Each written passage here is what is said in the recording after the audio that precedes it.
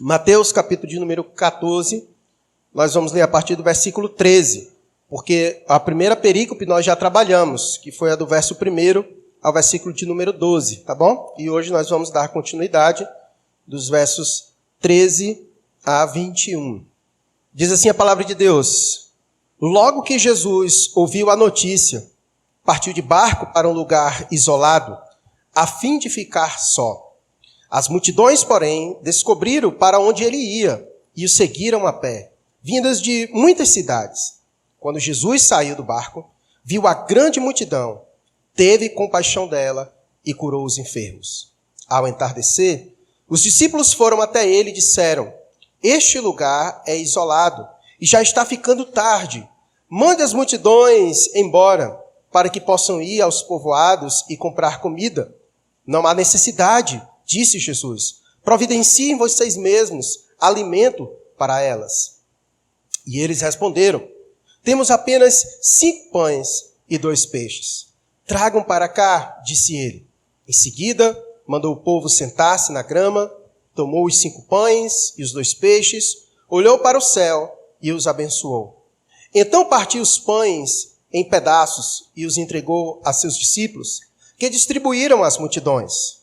Todos comeram à vontade e os discípulos recolheram 12 cestos com as sobras.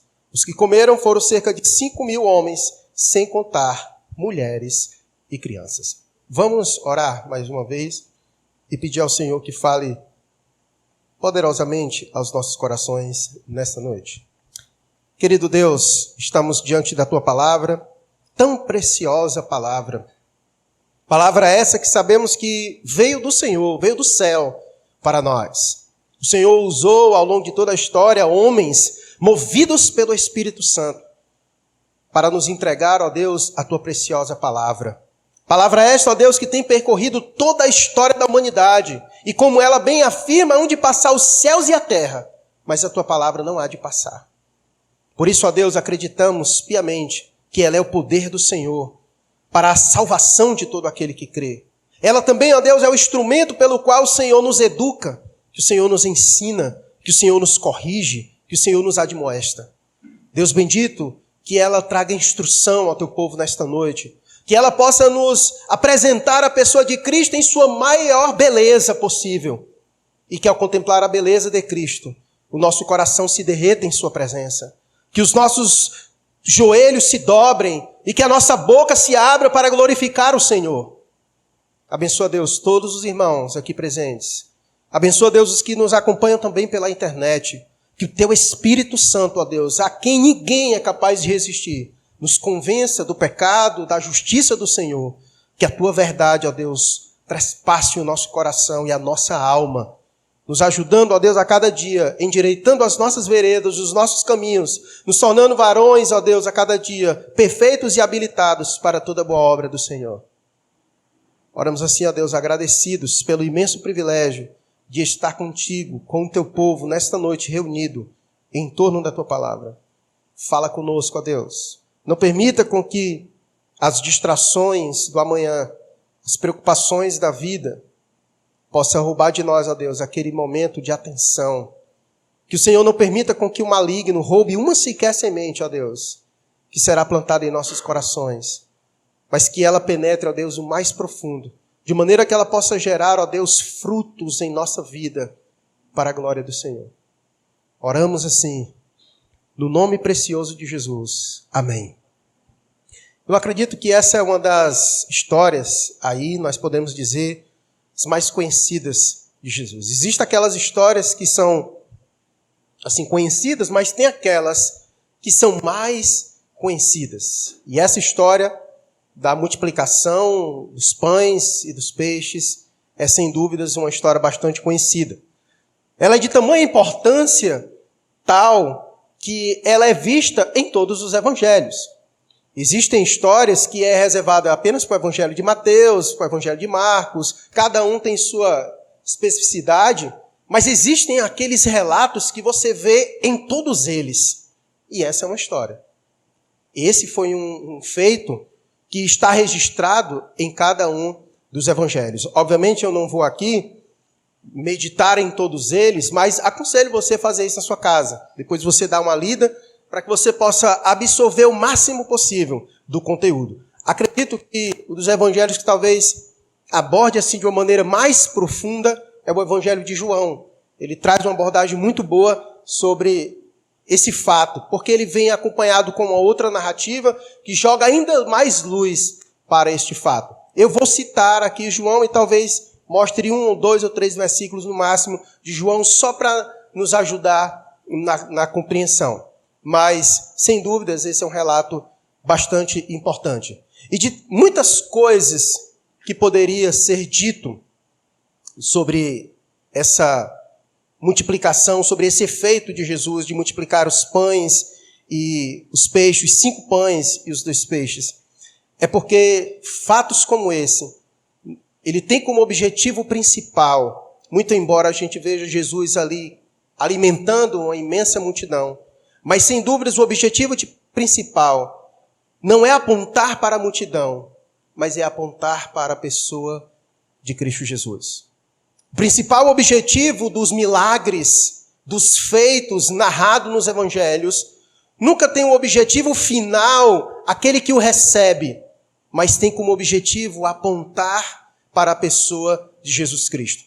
Inclusive, se você olhar em João, quando esse relato é feito, depois que Jesus faz essa multiplicação, esse milagre da multiplicação dos pães e dos peixes, a narrativa de João vai dizer que as pessoas, ao se deparar com esse fato, de imediato declara: é este o profeta que estava por vir, ou seja, é este o Messias. Diante do fato que Jesus realizara no meio da multidão, de imediato eles: é esse o Messias. Porque os feitos de Jesus, os milagres de Jesus, eles têm como objetivo primário apontar para ele mesmo, porque diz algo dele, fala a respeito dele. Então, esse é um dos tipos de feitos de Jesus, que diz muito a respeito dele. E como eu disse, o Evangelho de João, quando acontece isso, de imediato as pessoas dizem: esse é o profeta que estava por vir, ou seja, esse é o Messias, esse é o Filho de Deus. Porque somente sendo Filho de Deus, o Messias, é que ele iria conseguir realizar esse tipo de coisa. Então, esse milagre, essa multiplicação que Jesus faz dos pães e dos peixes, a primeira implicação é mostrar a pessoa de Jesus Cristo, a divindade e o poder de Jesus. Esse Jesus é aquele Deus que alimentou o pessoal, o povo de Deus, ao longo de todo o deserto durante 40 anos. É esse mesmo Jesus, da qual desceu dos céus pão para alimentar o seu povo. É esse Jesus, o mesmo que nós vimos alimentando Elias e tantos outros personagens bíblicos, realizando maravilhas e prodígios ao longo de todas as Escrituras. Jesus, quando faz isso, ele está chamando a atenção para si, mostrando quem ele é e o seu poder diante de todos aqueles que ali estão. Portanto, quando nós olhamos para esse texto, é isso que deve saltar aos nossos olhos. A beleza, a divindade e o poder de Cristo. É esse Cristo que nós servimos. É a esse Cristo que nós saímos de nossas casas para adorar. Um Cristo que é poderoso para multiplicar. Um Cristo que é poderoso para alimentar uma multidão com ali recursos que aparentemente eram insuficientes para alimentar toda uma multidão. Mas Cristo é esse. Aquele que não somente faz multiplicar as coisas, mas também é o Cristo que traz à existência todas as coisas a partir do nada. Ora, Cristo é aquele da quem João diz no capítulo 1, que Paulo expressa em suas cartas, Cristo é aquele por meio de qual todas as coisas foram feitas. O que seria para ele multiplicar pães e peixes, se ele foi capaz de, ao som de sua voz, dizer: haja luz, e houve luz? Se foi por meio da sua voz que ele trouxe à existência todo o planeta e todo o universo, o que seria para Cristo alimentar uma multidão com pães e peixes? Se ele pode o mais, como Guilherme já trabalhou aqui, nesse recurso de apresentação. Se ele pode o mais, é óbvio que ele pode o menos. Se ele pode o mais, é óbvio que ele pode o menos.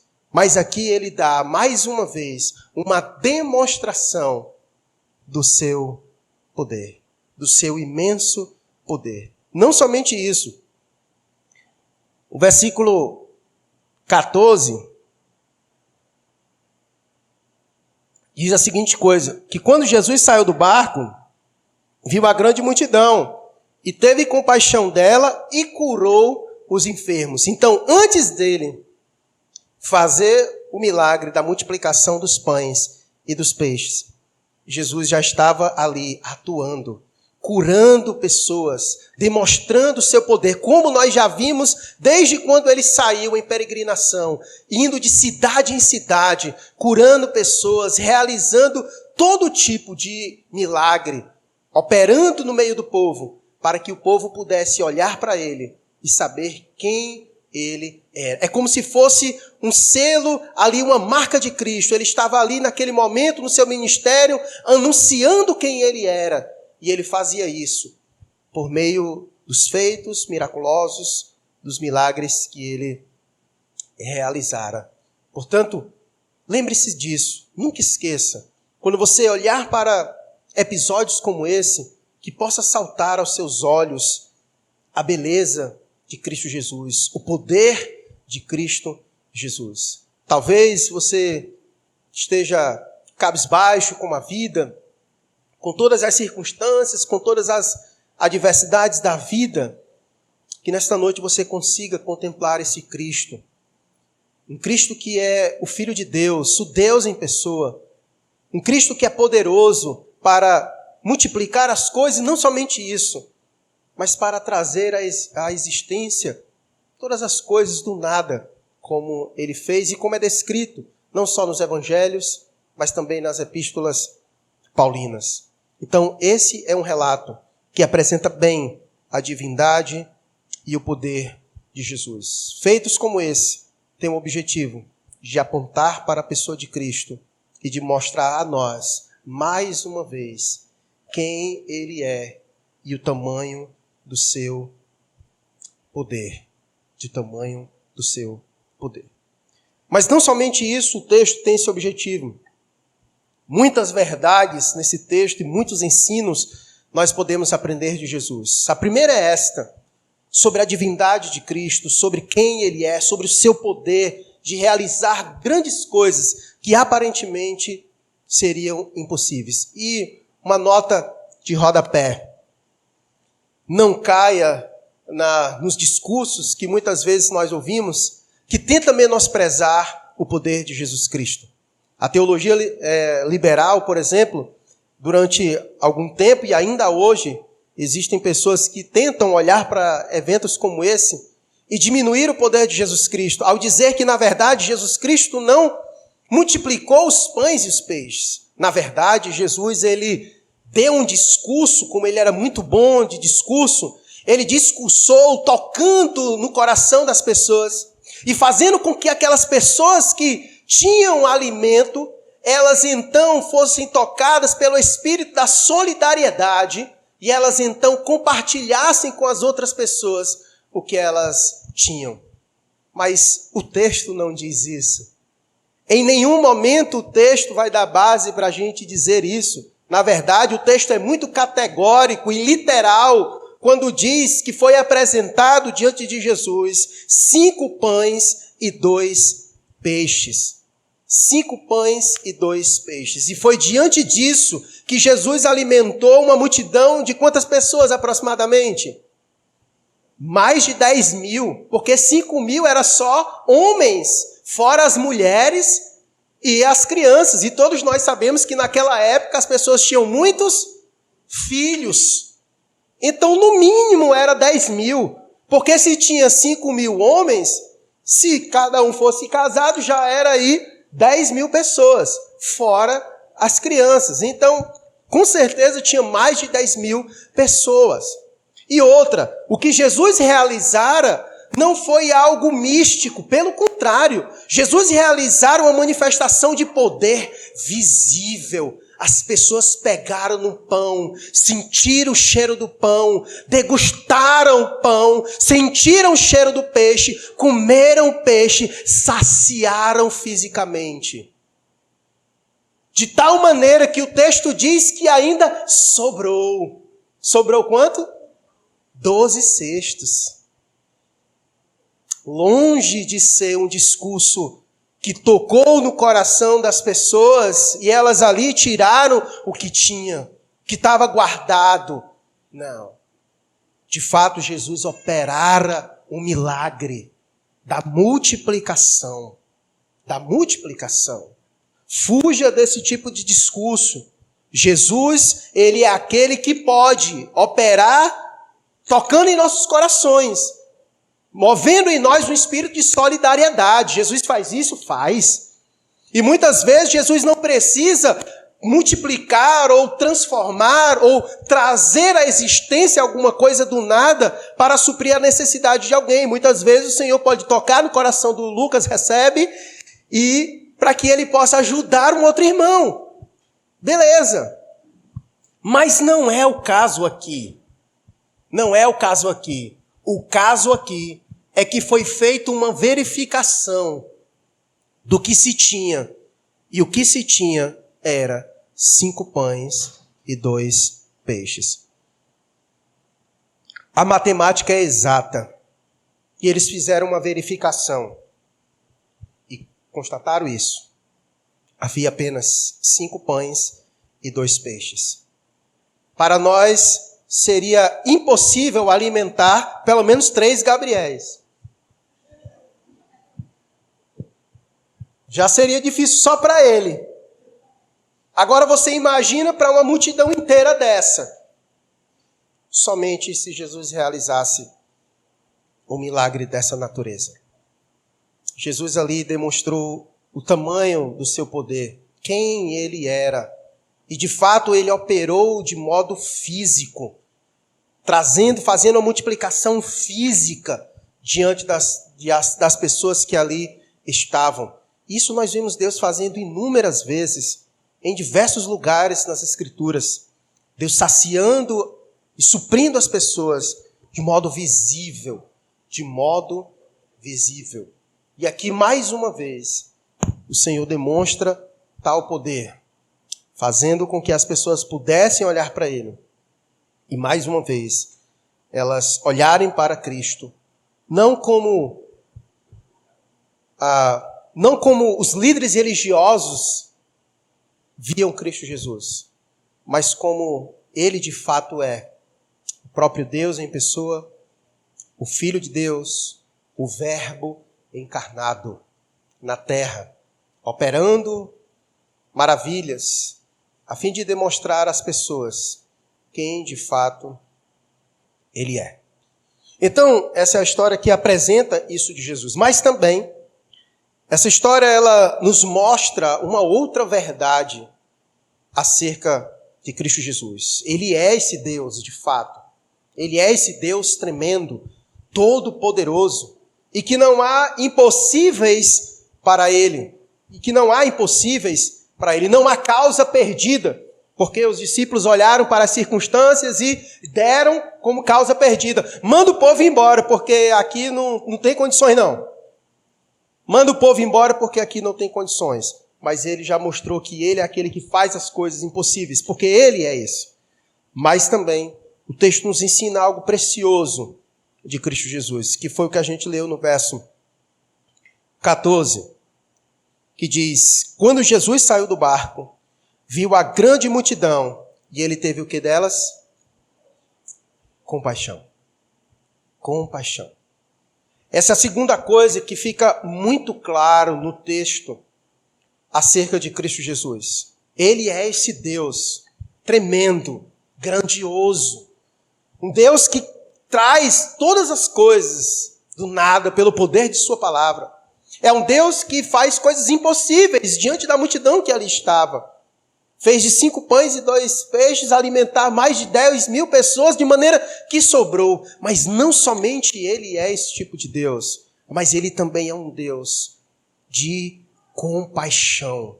É um Deus misericordioso. Então o texto nos ensina isso, que quando Jesus saiu do barco, ele viu grande multidão e ele teve compaixão dela. Sabe o que é isso? Sabe o que esse texto nos ensina? É que o nosso Deus é um Deus grande. Muitas vezes a gente acha que por ele ser esse Deus tão grande, ele é muito distante de nós. Nós aprendemos aqui na reunião dos homens com o Souzinha exatamente essa verdade. E que muitas vezes os homens acreditam numa mentira, de que Deus, ele é muito distante de nós e que ele não se importa conosco. E nós aprendemos na reunião dos homens que isso é uma mentira. E muito embora o nosso Deus seja grande como ele é, mas ele é um Deus que se importa conosco. E a palavra que nós poderíamos expressar para dizer e afirmar que o nosso Deus grandioso se importa conosco é porque ele tem compaixão. O texto, quando diz que Jesus teve compaixão, é porque ele olhou para aquelas pessoas. Ele viu aquelas pessoas. Ele viu elas em seu estado de necessidade. Jesus olhou para elas. O fato dele ser grande, diferentemente do contexto humano que nós vivemos, porque aqueles que são grandes têm dificuldade de olhar para os menores, mas o nosso Deus não. Quanto maior ele é, aí é que ele direciona o seu olhar para os necessitados. E o texto nos ensina isso, que apesar dele se revelar como grande diante de todos, ele também se revela como aquele que se importa. Ele tem compaixão. Nosso Deus é um Deus grande, mas é um Deus de perto. Um Deus que nos contempla em nossa pequenez, em nossas necessidades. Isso é importante dizer porque muitas vezes nós nos encontramos como Natanael debaixo da figueira. O Senhor não me vê. O Senhor não me contempla em minha necessidade. E muitas vezes nós ficamos angustiados em nossas lutas. Até que o Senhor chega para Natanael e diz, eu te vi debaixo da figueira. Eu te vi. Não foi ninguém que me contou, não. Eu te vi. E é isso, essa é a grandeza do nosso Deus. Ele nos vê. Isso é um presente tão maravilhoso para nós, porque quem somos nós, como diz o salmista? Quem somos nós para que o Senhor se lembre de nós, para que o Senhor olhe para nós? Isso é um grande privilégio, Cristo contemplar-nos em nossa debilidade, em nossas fraquezas. Isso é um privilégio. E é o fato de nós sermos assim que faz com que o Senhor olhe para nós. Porque Ele é assim, é um Deus de compaixão, um Deus de misericórdia, um Deus que contempla-nos em nossa miséria. É um Deus que nos vê despidos, que nos vê como a igreja de Laodiceia, pobre, cega, nu e miserável. É assim que o Senhor nos vê. E por isso que Ele nos contempla. E por isso que Ele olha para nós. Isso é tão precioso, irmãos, para nós. E saber que o Senhor olha para nós. Embora seja tão grande como foi apresentado neste fato. É um Deus tão grande, tão poderoso. E que privilégio é ter um Deus assim, tão grande, tão poderoso e que olha para mim. E que me contempla e que tem compaixão de mim. Então, esse texto nos ensina essa verdade de Cristo Jesus. Ele tem compaixão. Ele tem compaixão. E dizer que ele tem compaixão é isso, é dizer que ele olha para nós. Ele sente a nossa dor. Se compadecer significa isso. Sentir a dor do outro. E Cristo é esse. Ele sente a nossa dor. Ele se importa conosco. É impossível essa história da redenção não nos ensinar isso. Porque a história da redenção é isso. É Deus mostrando que se importa conosco.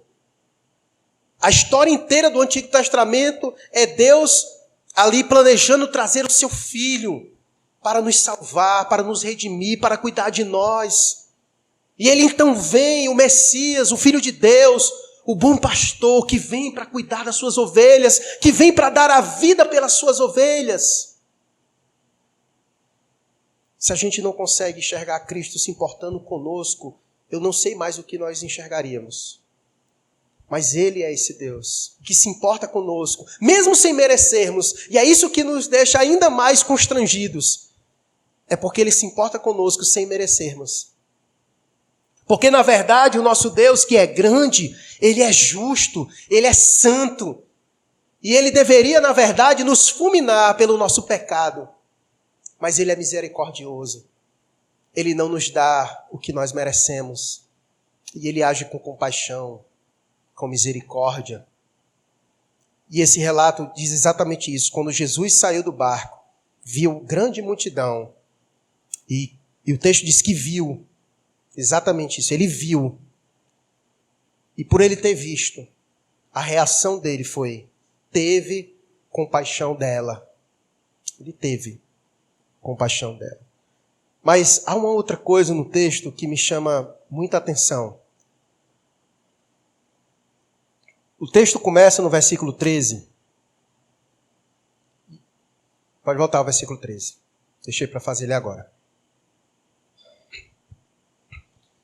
Porque o texto começa dizendo assim: logo que Jesus ouviu a notícia, a pergunta é: que notícia? Você lembra o que foi que aconteceu? Algo triste aconteceu. Alguém muito querido por Jesus morreu. E ele ouviu essa notícia. Quem foi que morreu que Jesus ouviu essa notícia? João Batista, seu primo. A narrativa do sermão passado encerrou com isso, dizendo, versículo 12: os discípulos de João vieram, levaram seu corpo e o sepultaram. Em seguida foram a Jesus e lhe contaram o que havia acontecido. E então, o versículo 14, ele começa, versículo 13, perdão, desculpa. Dizendo, logo que Jesus ouviu a notícia de que seu primo, João Batista, havia morrido, e nós vimos como foi a morte de João Batista, uma morte terrível. Inclusive, nós vimos que, de certo modo, pré-anunciava a morte de Cristo Jesus. Porque se aquele que ia à frente dele teve esse fim, aquele que viria atrás não seria diferente. E todos nós já sabemos como essa história termina. Jesus também teve um fim muito trágico, muito embora fosse plano de Deus para a vida dele, mas não deixa de ter sido trágico. E o texto então diz que logo que Jesus ouviu a notícia, ele partiu de barco para um lugar isolado a fim de ficar só, e é compreensível. Jesus queria refletir. A situação estava apertando. Os líderes religiosos estavam o perseguindo o tempo inteiro. Jesus acabara de ser rejeitado em Nazaré. E agora ele ouvira a notícia de que seu primo havia morrido. Jesus precisava de um tempo para buscar direção com seu pai. Todas as vezes que Jesus ele se retirava para isolar e ficar só, isolado, aqui certamente Jesus estava orando, buscando direção no seu pai, em saber o que ele iria fazer. Então, nós chegamos à conclusão de que Jesus estava abalado emocionalmente. Seu primo acabara de morrer, e o texto diz que logo que ele ouviu a notícia, ele então foi para um lugar sozinho. Certamente buscar a direção do seu pai, e também de luto pelo seu primo, pela situação que havia acontecido. Afinal, João Batista era muito importante. Foi ele que batizara Jesus, foi ele quem preparara o caminho para Jesus. Mas algo que nos chama a atenção. Jesus estava sofrido. Mas o texto diz que as multidões, porém, descobriram para onde ele ia e o seguiram a pé, vindas de muitas cidades. Imagine a cena. Jesus estava tentando ficar só, tentando digerir tudo o que estava acontecendo, tentando inclusive digerir o luto da perda do seu primo pela situação difícil. E uma multidão indo atrás dele. Talvez se fosse a gente, não pode ficar nem só. O pessoal não deixa nem a gente ficar sozinho. O pessoal não deixa nem a gente chorar o nosso luto. E o que nos chama a atenção é que quando eles chegam, quando Jesus desce do barco, quando Jesus saiu do barco, viu a grande multidão, Jesus ele tira o olhar de si mesmo, da situação em que ele estava passando, a tristeza pela morte do seu primo, pela situação difícil, pela perseguição, pelas rejeições, por tudo que havia acontecido. Mesmo essa situação difícil, não foi obstáculo para que Jesus tirasse o olhar de si mesmo e olhasse para a multidão, porque o texto diz que ele viu e se compadeceu dela. Ou seja, no coração de Jesus não somente cabia o seu sofrimento, mas também cabia o sofrimento daqueles que estavam à sua volta. Jesus abriu o seu coração, mesmo diante do seu luto, mesmo diante da situação adversa que ele estava passando. Jesus abre o seu coração para acolher aqueles que também sofriam à sua volta. E aqui o Senhor nos ensina algo precioso sobre compaixão. Porque mesmo cansado e triste, Jesus seguiu em fazer a obra do seu Pai. E Deus nos chama à mesma atitude. Faz parte da nossa vida aqui a sofrência, o luto, as dificuldades. Faz parte da nossa peregrinação. E por isso que há muitos momentos em que a gente busca estar só diante do Pai, para colocar o nosso coração diante de Deus, as nossas angústias, as nossas lutas, fazer o que Jesus fez. Aquele momento que ele ficou isolado, ficou a fim de ficar só, para buscar no seu Pai direção. E muitas vezes nós fazemos isso. O grande problema é que nós não podemos nos fechar aí e ali ficar e trancar a porta da nossa vida. De maneira que nós ficamos enlutados para o resto da nossa vida e fechados em nossos próprios dilemas. E esquecemos de sermos usados por Deus para acudir aqueles que estão necessitados à nossa volta. Nós vivemos em uma geração muito ensimesmada. Pessoas que estão muito centradas em seus próprios pensamentos, em seus próprios dilemas. E por isso que a gente não consegue olhar para além dos nossos umbigos, das nossas necessidades. A gente tem dificuldade de olhar para as multidões e percebê-las e perceber como elas estão aflitas e necessitadas, como ovelhas desgarradas, sem pastor, perdidas. E por isso que muitas vezes nós perdemos a oportunidade e deixamos de ser usados por Deus, porque estamos muito ensimesmados, trancafiados em nós mesmos. Então Jesus ele nos ensina isso, que ele, muito embora seja um Deus grande como ele é, mas também ele é um Deus homem, e que tem compaixão do homem, do próximo. De maneira que as suas lutas pessoais não lhe impedem de olhar para o outro. Talvez você diga, mas eu não sou Jesus. Mas nós somos seus discípulos. E devemos seguir os passos do Mestre e buscar fazer o que ele faz. Seguir os seus ensinamentos. Seguir o seu caminho. E Jesus nos ensina isso. Que a compaixão é exatamente essa capacidade de nós pararmos de olhar um pouco para nós e conseguirmos enxergar a necessidade dos outros, conseguir enxergar à nossa volta as pessoas padecendo, necessitadas. Mesmo cansado e triste, ele seguia em fazer a obra de Deus.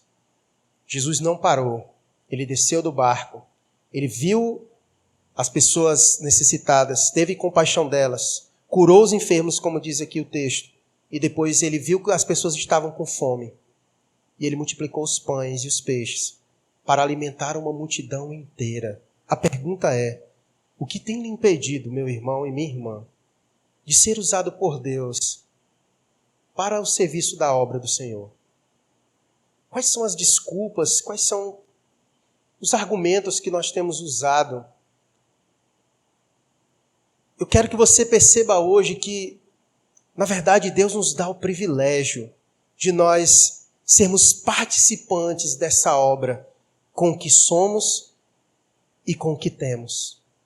Talvez muitas das nossas dificuldades é porque a gente apresente isso. Por exemplo, a situação estava lá. Jesus fez o que tinha de fazer e agora Jesus ele espera para ver a reação dos seus discípulos. Ele chegou, desceu do barco, deu exemplo, mesmo diante das seus dilemas. Jesus curou os enfermos, teve a necessidade ali, chegou junto, Nesse momento, antes de Jesus fazer a multiplicação, Jesus ele prova os seus discípulos, para saber se os seus discípulos teriam a mesma atitude que ele. Se você olhar no Evangelho de João, você vai ver que Jesus está provando.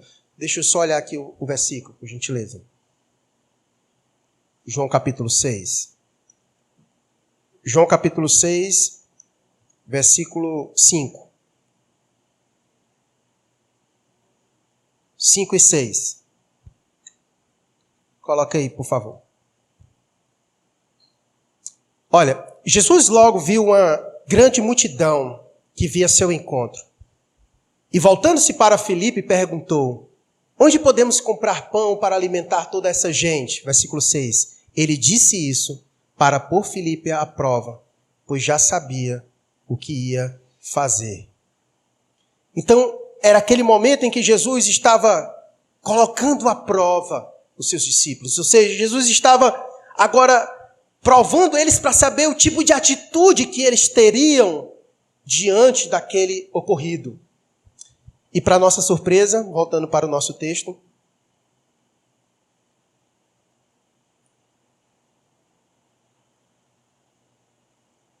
nós vimos qual foi a reação deles. Versículo 15.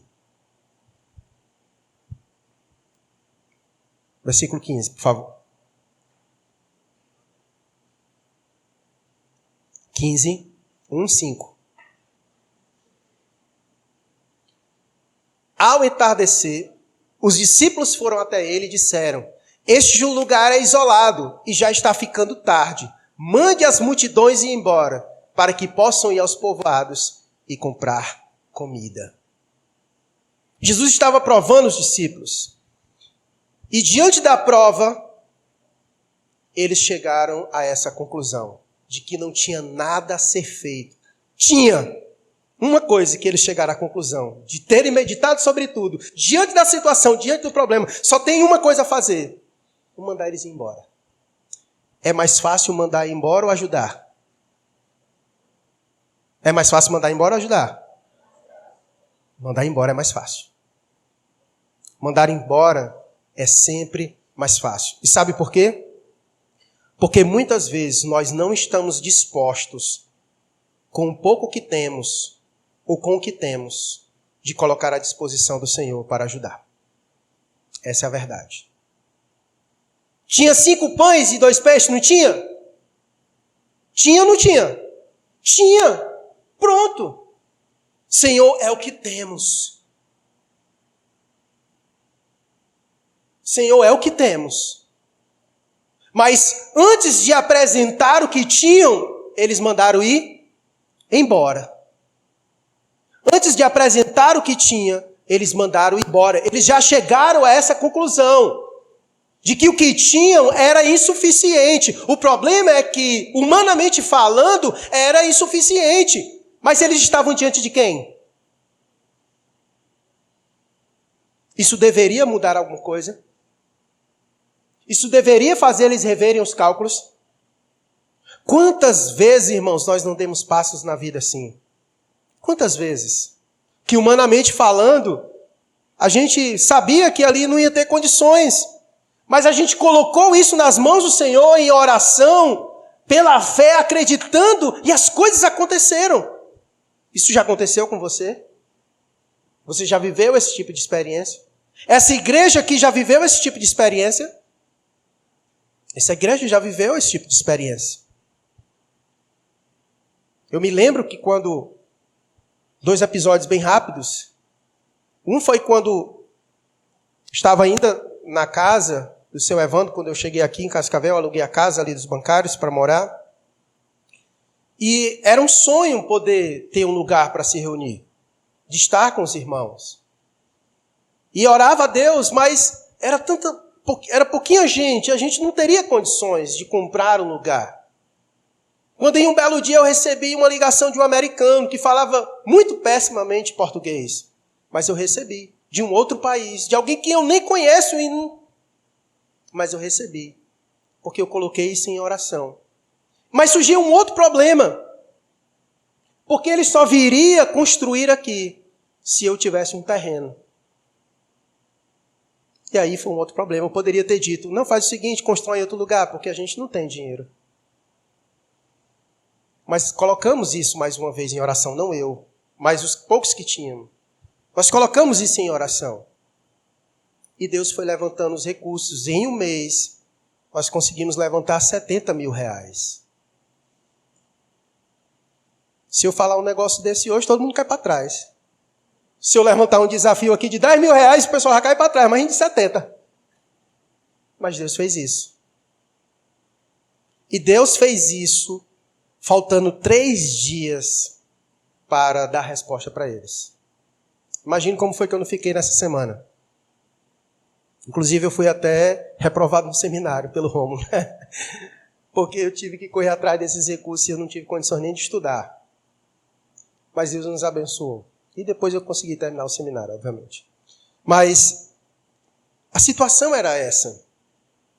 Eles estavam diante de um dilema. E o Senhor queria provar os seus discípulos. E o Senhor queria provar os seus discípulos. E a questão não era que era insuficiente, mas que talvez eles não estivessem dispostos a realmente colocar nas mãos do Senhor aquilo que tinha. E que no caso aqui, muito embora 5 pães e 2 peixes sejam poucos para alimentar aquela multidão, mas era tudo que tinha. Então eles não deram o que estava sobrando ou qualquer coisa, deram tudo que tinha. Porque nas mãos do Senhor ia ser suficiente para ele realizar a obra. Portanto, nós somos chamados e provados. E nós não podemos cair no velho conto de Moisés. Mas, Senhor, eu não sei falar. Deus vai usar você. Perceba, no versículo 14, Jesus curou aquelas pessoas e fez isso sozinho. Mas agora, ele alimentou 10 mil pessoas pela instrumentalidade da vida dos seus discípulos. Ele operou antes, sem ninguém, sozinho.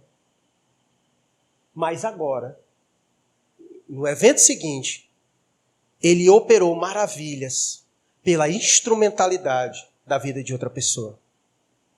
Meus irmãos, coisa boa, maravilhosa, é nós sermos instrumento nas mãos de Deus para o Senhor operar maravilhas. O Senhor operou maravilhas, alimentou 10 mil pessoas, mais de 10 mil pessoas. E quem foi o abençoado que trouxe esses 5 pães e 2 peixes? Não é citado o nome dele.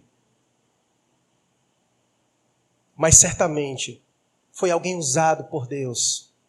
Muitas vezes nós, em nossa pequenez, em nossa mesquinharia, em nossa avareza, em nossa falta de servidão, muitas vezes perdemos o privilégio de ser usado por Deus e ver as maravilhas de Deus. Deus operando maravilhas por meio de nossas vidas. O que Ele espera, muitas vezes, é isso, a nossa disposição. De dizer, Senhor, eu não sei como é que o Senhor vai fazer, mas eis-me aqui, está aqui, é a tua disposição, Senhor. Eu não sei como é que o Senhor vai alimentar 10 mil pessoas só com isso, mas está aqui, Deus, é tudo que eu tenho, toma. E ver Deus operando, e ver Deus fazendo maravilhas. E o principal é Deus sendo glorificado por meio da instrumentalidade da sua vida. No final, quem foi glorificado? Foi a pessoa que deu os 5 pães e 2 peixes ou foi Jesus? Foi Jesus que foi glorificado. Muitas vezes nós perdemos a oportunidade de glorificar a Deus, porque nós fechamos as nossas mãos para entregar diante do Senhor aquilo que somos e o que temos. O que somos e o que temos. Reflita sobre isso. Pense sobre isso. Deus opera, muitas vezes, pela instrumentalidade de nossas vidas. Deus quer usar a minha vida. Deus quer usar a sua vida. Deus quer usar a nossa vida em suas mãos para operar maravilhas, para que o nome dele seja glorificado. Nós nunca iremos contemplar o sobrenatural se nós não dermos esse passo de fé. O Senhor queria provar seus discípulos naquele momento. E é interessante que nós vamos ver no próximo domingo, se você der uma olhada aí na sua Bíblia, você vai ver qual vai ser o próximo episódio.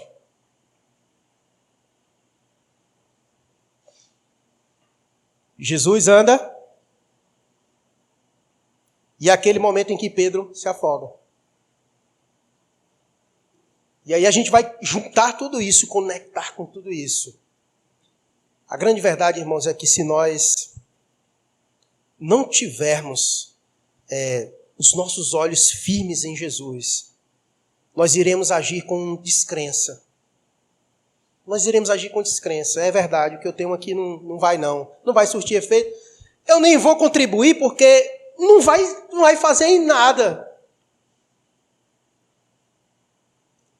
Se aquela pessoa tivesse pensado nisso, obviamente Jesus teria alimentado, porque ele já queria fazer isso. Mas ele queria usar a instrumentalidade da vida daqueles que ali estavam para fazer isso. Para fazer isso. Porque o nosso Deus, ele não somente veio com a missão, mas ele também veio para nos dar o privilégio de compartilhar essa missão conosco. E é um privilégio, irmãos. E é um privilégio. Deus quer usar a sua vida. Deus quer usar a sua vida. Eu quero que você vá embora hoje martelando isso na sua mente. Deus quer usar sua vida. E pode usar sua vida. E pode usar sua vida. O que você precisa fazer é tirar os pães e os peixes e dizer, está aqui, Senhor. Eu não sei como é que o Senhor vai usar isso, mas está aqui. Porque o resto é Ele quem faz. O milagre quem faz é Ele. A nossa parte é apresentar a instrumentalidade. Eis-me aqui, Senhor. Eis-me aqui. Está aqui. É teu. Usa-me. Como o Senhor vai fazer, aí é prerrogativa tua, não é minha. Eu só quero que o Senhor me use. Eu só quero ser útil. É isso. É isso que falta em nós, esse espírito. E era isso que o Senhor queria provar nos seus discípulos. Por isso ele lançou essa pergunta para Filipe. E João descreve isso. Porque no fundo ele queria provar os seus discípulos. Mas Mateus vai dizer que antes de apresentar a solução, de colocar diante do Senhor o que tinham, eles já deram a sentença. Mande embora as multidões, para que possam ir aos povoados e comprar comida, que eles se virem. Mas não é bem assim. Diante da realidade à nossa volta, o Senhor deseja que nós tenhamos compaixão. E aqui eu volto ao ponto da compaixão. O Senhor queria trabalhar isso no coração dos seus discípulos. Ensinar a eles a ter compaixão. O Senhor queria ensinar a eles a capacidade de ver o que Ele viu. E não somente conseguir enxergar, mas sentir. Porque enquanto nós não conseguimos enxergar as multidões famintas, e aqui não só fisicamente, mas vamos já para a aplicação de cunho espiritual, nós não vamos conseguir nos colocar diante do Senhor para ser usado por Ele. Você consegue olhar a multidão nessa situação faminta, pobre, cego, nu, miserável, necessitadas de Deus? A pergunta é, se você consegue enxergar isso, eu consigo, pastor, enxergar o mundo nessa situação, então vou lhe fazer uma pergunta. Quem você acha que o Senhor vai usar? Quem o Senhor acha que vai usar para suprir essa necessidade deles? Me responda você, quem? Qual é a instituição na face da terra que é chamada pelo nome do Senhor? A igreja. Nenhuma outra. Deus não vai usar. Ele pode até usar, como Ele usa, descrentes. Mas sem dúvidas, essa é uma prerrogativa nossa. Nós somos a extensão dos braços de Jesus neste mundo. Nós somos os luzeiros, a nossa luz não é própria, é dele. Nós estamos aqui para dar continuidade à obra dele, mas nós precisamos enxergar. Enquanto nós estivermos ensimesmados em nós mesmos, nós não vamos conseguir enxergar. E talvez seja por isso que a gente viva nesses dilemas. Eu estou na sofrência, eu estou na minha vida, eu estou nos meus problemas, eu estou doente. E a gente nunca consegue dizer, eis-me aqui, Senhor, me usa. Talvez os grandes dilemas das nossas lutas é porque nós estamos em nós mesmos. Mas lembra como as coisas aconteceram em Jó? É quando Jó ora pelos seus amigos que Deus vai abençoando sua vida. E é mais ou menos assim que Deus quer fazer conosco. Era Jesus padecendo, sofrendo e olhando para os outros. Pai, perdoa eles, não sabem o que fazem. Era Jesus de luto com seu primo e olhando as multidões e curando e ajudando. E é esse estilo de vida que o Senhor deseja que tenhamos. Um estilo de vida fora de nós mesmos. Com a capacidade de enxergar o mundo à nossa volta.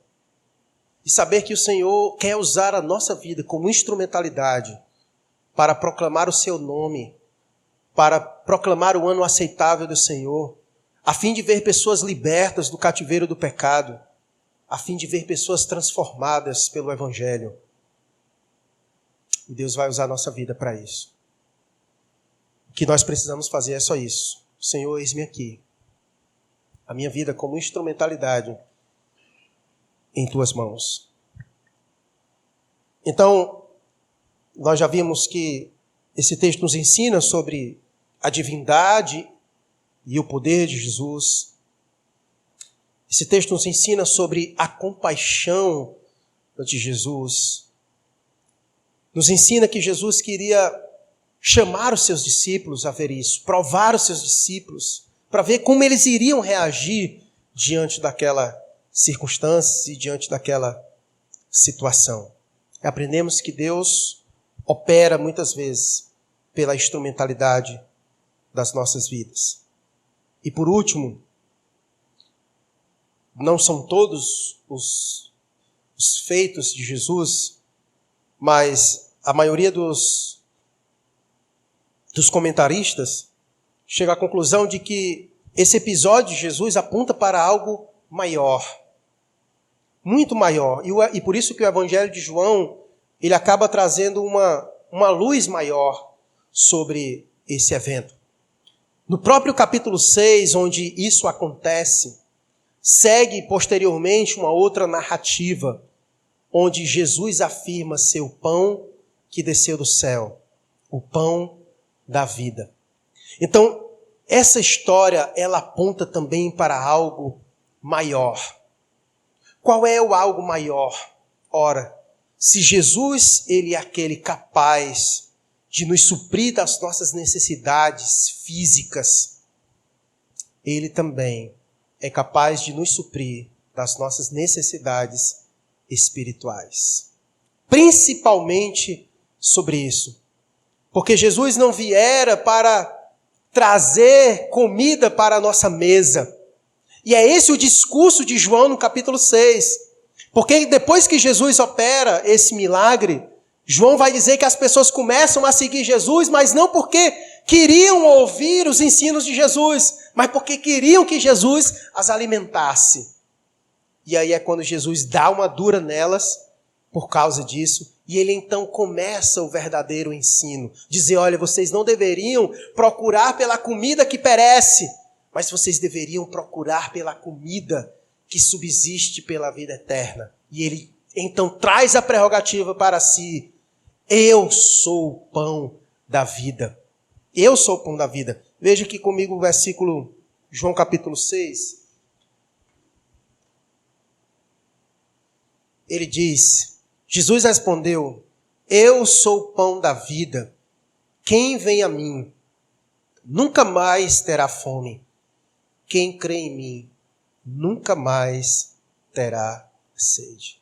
Aqui é o ponto central dos ensinos de Jesus. De fato, Ele cuida de nós. Ele tem compaixão de nós. Nos assiste em nossas necessidades. Ele alimentou uma multidão que ali estava. Mas Jesus não viera para isso. Essa não é a missão principal de Jesus, de alimentar os famintos de pão físico material. Porque amanhã eles voltarão a ter sede novamente. Lembra o que ele disse para a mulher samaritana? Mulher, se tu beber dessa água, tu vai voltar a ter sede de novo. Mas se tu beber da água que eu der, nunca mais terá sede de novo. Exatamente isso que ele disse. Eu sou o pão da vida. Quem vem a mim nunca mais tem fome. E quem crê em mim nunca mais terá sede. E aqui é uma fome e uma sede não material, mas espiritual. Aquilo que nada nesta vida pode suprir. Jesus quer ensinar isso para ele. Porque grande parte dos nossos anseios se dá porque nós acreditamos que iremos conseguir encontrar alguma coisa física que possa de fato suprir a nossa necessidade. Mas a verdade é que qualquer coisa nesta vida que venhamos a usufruir, amanhã ela nos deixará um vazio novamente. Seja isso em amores, em relacionamentos, em aquisições, qualquer coisa que seja. Mas só tem uma coisa que pode nos saciar plenamente. Essa é a pessoa de Jesus. Porque o buraco que há em nós é exatamente do tamanho dele. É exatamente do tamanho dele. Que é aquilo que C.S. Lewis vai dizer. Que se a gente sente necessidade, falta de alguma coisa nesta vida e que nada consegue nos preencher, é exatamente porque há algo maior para além desta vida.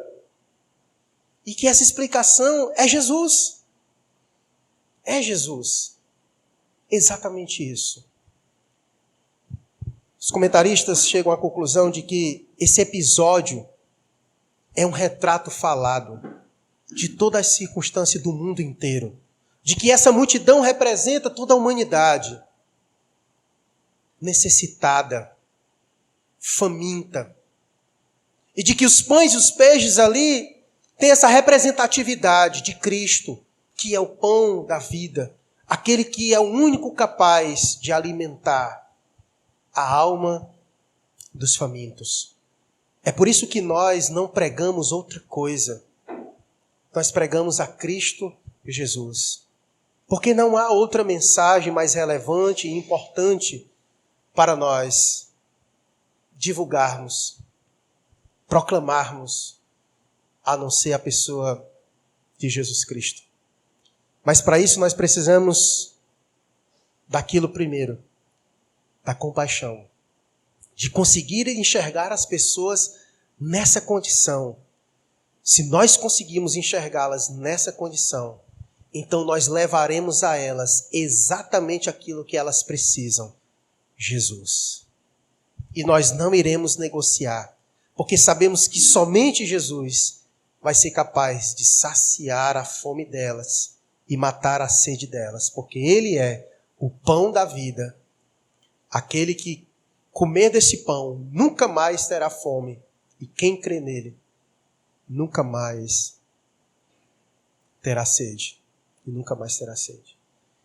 E o Senhor deseja ser conhecido. O Senhor deseja alimentar os famintos. Ele veio com essa missão.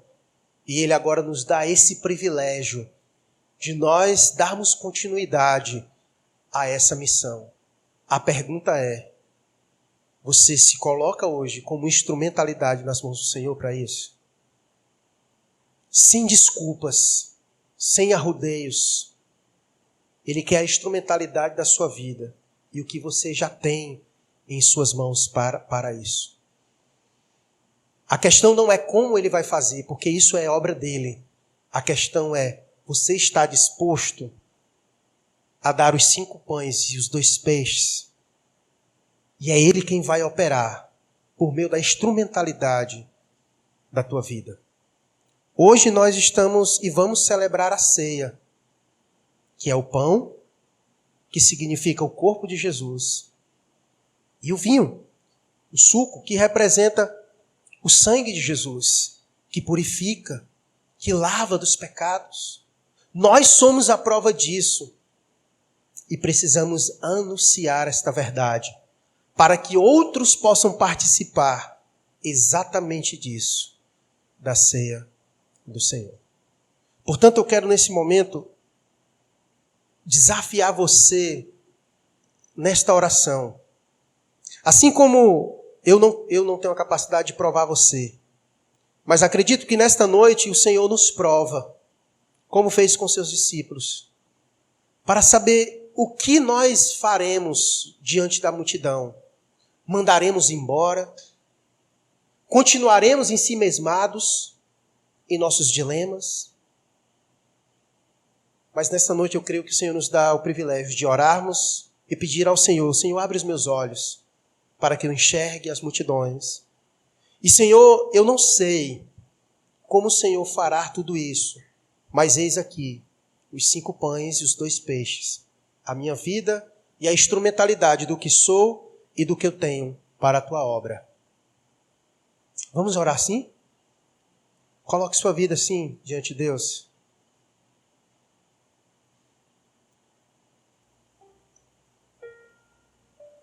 Deus deseja operar maravilhas neste mundo e nos dá o privilégio de usar a instrumentalidade de nossa vida. Deixa Deus te usar, meu irmão. Deixa Deus te usar, minha irmã. Seja com os recursos que Deus te deu, seja com os dons e os talentos que Deus te deu. Deus quer usar a sua vida.